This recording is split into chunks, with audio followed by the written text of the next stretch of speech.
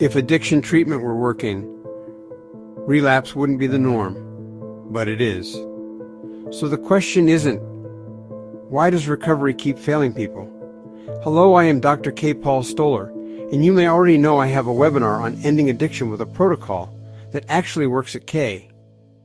ENNETHSTOLLERMD.com.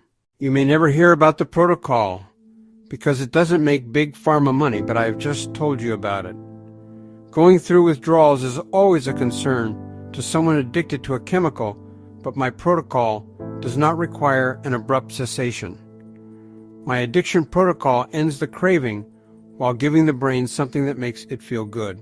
So the symptoms of withdrawal don't need to be managed if they aren't really applicable, because they aren't there, but the brain hasn't recovered. Because addictions to most substances do injure the brain. Depending on how bad the brain was abused, we may still be dealing with a destabilized nervous system, impaired reward pathways, and amplified stress signals. Now here's where things get uncomfortable, because there's always been a way to help folks repair their brains post-addiction. Just like the CIA sat on the information that ivermectin and mebendazole could treat cancer, because it would interfere with the income of the medical cartel, other therapies have been hidden as well, such as hyperbaric oxygen therapy.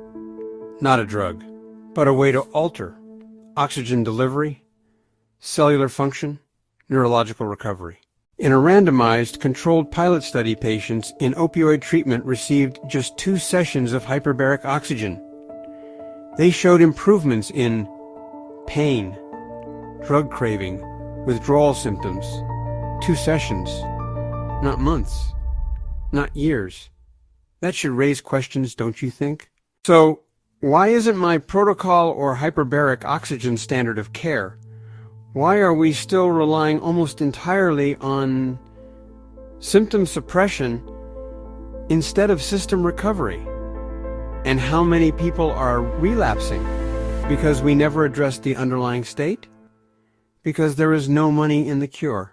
Now, to be clear, the protocol I detail in my webinar may not be a miracle fix for everyone.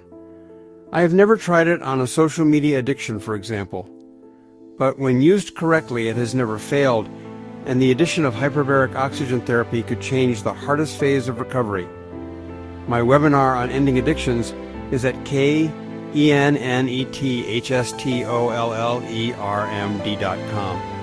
If you've ever wondered why recovery feels stacked against you or a family member, this is where you start asking better questions. The opposite of addiction isn't sobriety, it is connections, better connections. My webinar is one of those connections.